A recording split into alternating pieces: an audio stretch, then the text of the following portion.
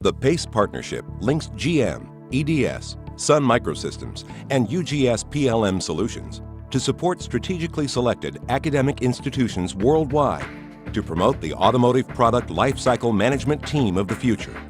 The PACE institutions serve a critical role in preparing the designers and engineers for new product development processes in an increasingly competitive global environment.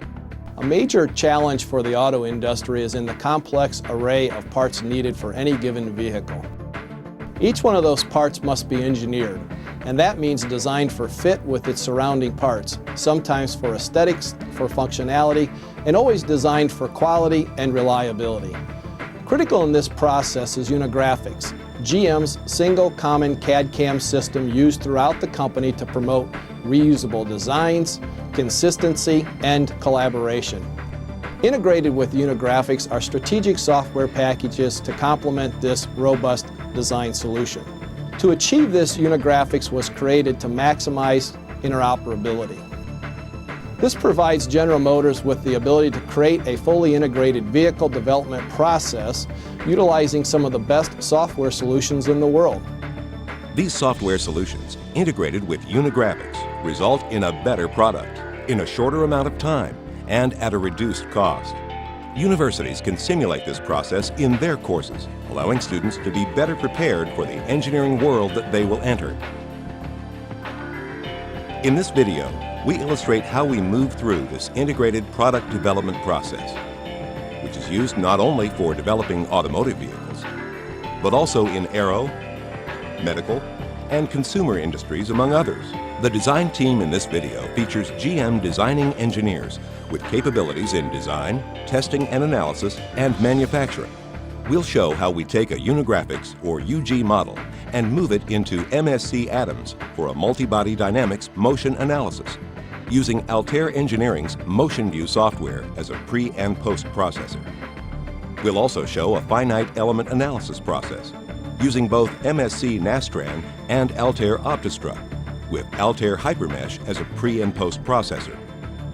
All of these tools complement Unigraphics to create an integrated approach to product development. The part selected for this demonstration is the front lower control arm for GM's Pontiac Solstice. It is cast aluminum and part of a double A-arm suspension system, which includes the upper control arm, the shock, the stabilizer bar, the link, and the spring around the shock. To initiate the design process for any part, we must first determine the history of that part. Has the part been created by another designer already? If so, we would want to begin with that design. Is there any legacy data about similar parts that should be considered before starting fresh? Any success stories? Any former failures? What are the constraints? Mass, material, manufacturing, or marketing requirements?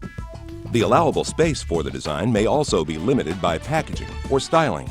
All of this information is stored and organized in a company's Product Data Management System, or PDM.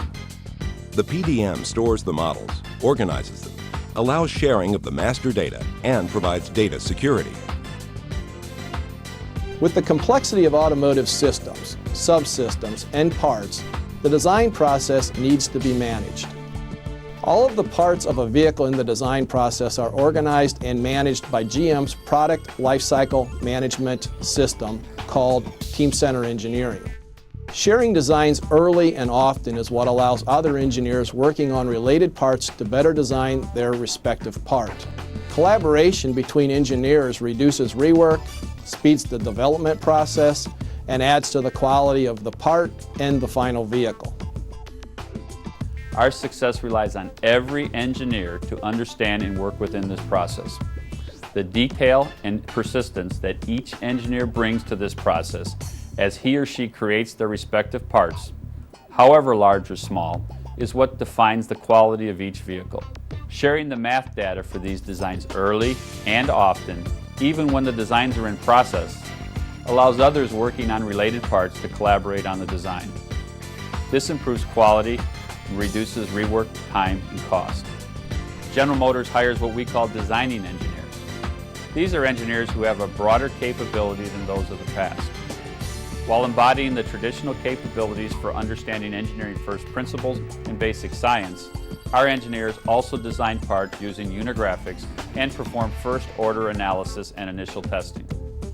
This moves the computer-aided engineering, or CAE function, much earlier in the process. In fact, we are encouraging the introduction of CAE functions at the front end of the design process. Identifying requirements and parameters and running optimization software even before the first draft helps our engineers to think out of the box, creating non-intuitive solutions to problems and challenges. To start the simulation of the process, let's open our demonstration part in Unigraphics, which we retrieved from the Teamcenter Engineering repository because the part already existed in the database. Our designing engineer team will show how we build parametric features in Unigraphics to allow future rapid changes. This is the actual part that we'll be working on. The front lower control arm is highlighted in red, and we can see where it fits in the front suspension of the Pontiac Solstice. We'll toggle over to the part and isolate it. We're going to start off by adding an edge blend in the pocket and even changing the radius of the edge blend. Now both sides are blended. Next, we'll insert a 35mm hole. If we don't like the size or placement of the hole, we can change that.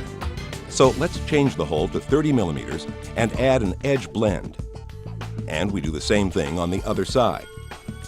UG has the capability to parametricize any geometry features, such as blends, radii, hole size, lengths, and so forth. We can even thicken the original blend, making it fatter than it was before. Now we're preparing the part for analysis. One of our team members will be performing multi-body dynamics on the part. Therefore, it's important to determine material properties, such as yield strength, thermal expansion, and stress-strain curves. We also need to derive calculations from the geometry, such as mass, center of gravity, and inertia values. For multi-body dynamics analysis, we also provide a simplified sketch or idealization of the geometry. We now save our version of the model and accompanying data to Teamcenter Engineering for use by our design team members. We can also create snapshots called Preliminary Data Indicators, or PDIs, for use by others to facilitate collaboration.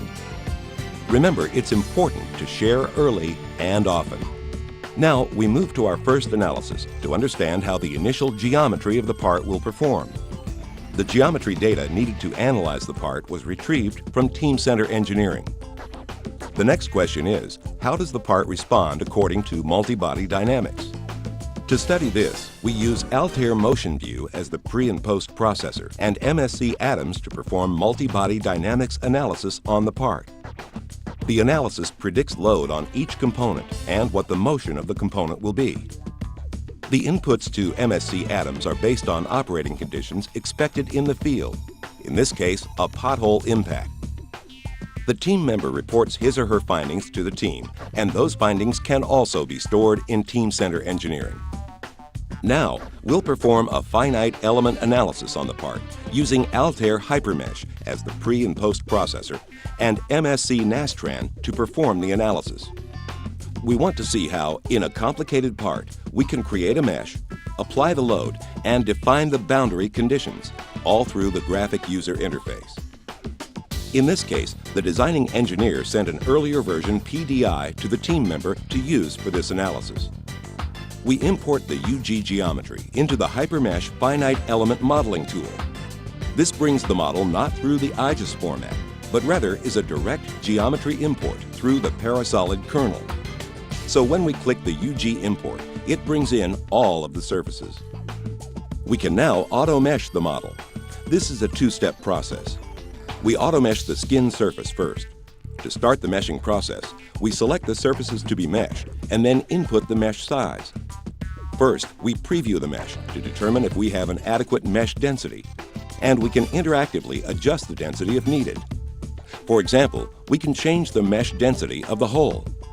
After we're comfortable with the mesh, we can click Auto Mesh and save it. The two-dimensional mesh is completed and can be seen here. We can now perform the three-dimensional tetrahedral mesh using the triangular skin mesh as a seed surface. Once the mesh is generated, we can check the quality of the elements by looking at properties such as aspect ratios. For purposes of this video, we've pre-constructed a model with rigid element spiders created at the bushing attachment points and the ball joint. This is where we constrain the model. The model is loaded with a force coming from the shock tower, then distributed to the shock tower attachments. There are multiple load cases applied to the arm. All of the white color here shows force vectors. In general, in this early design study phase, the purpose of analysis is to understand the critical load path, which will help identify the critical design parameters. Altair OptiStruct is used to accomplish this. Next, we review the results of a previous OptiStruct study, which performed topology optimization on the model.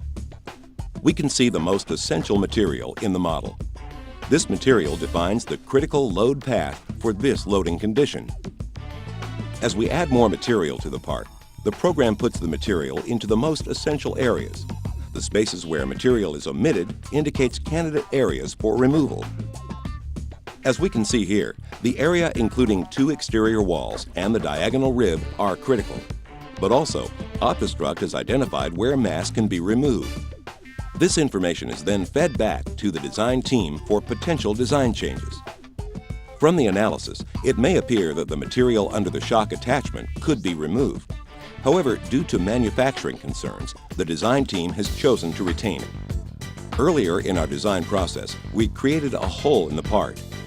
Through the optimization process here, OptiStruct has identified a more advantageous location for the hole.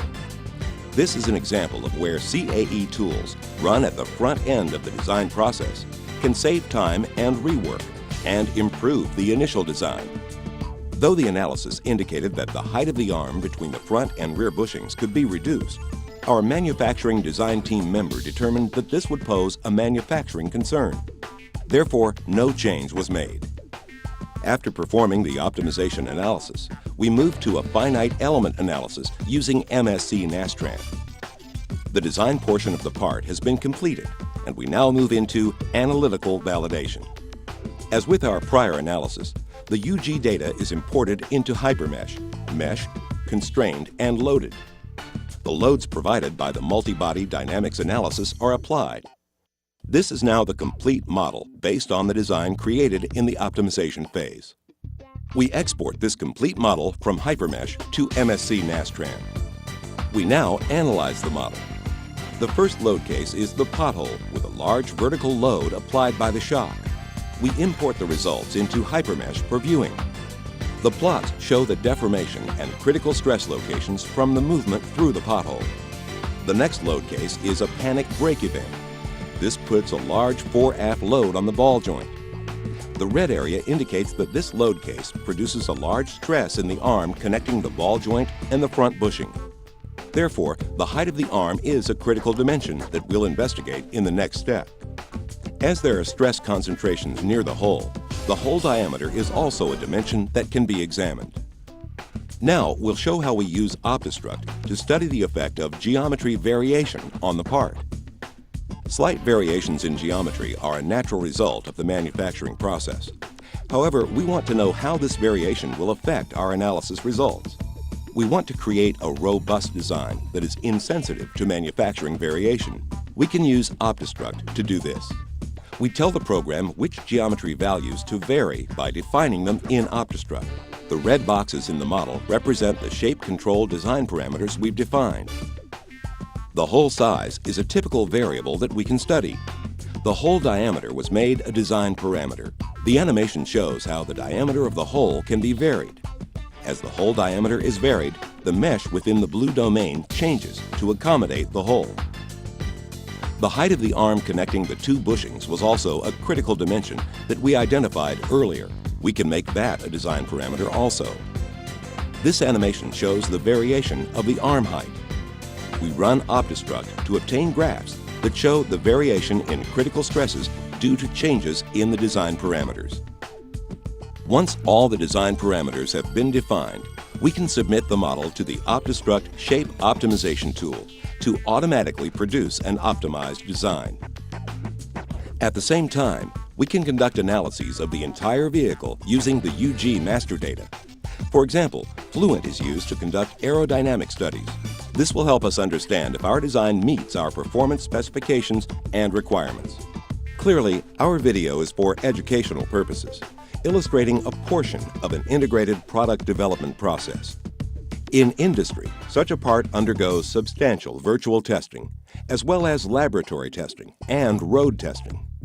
However, we can readily see how substantial virtual design and validation up front can lower the cost, improve quality, and speed the process. The success of any engineering company is dependent upon many variables, including teamwork and collaboration between and among its employees and suppliers, dogged attention to quality in every detail, and the ability to embrace new tools and technologies.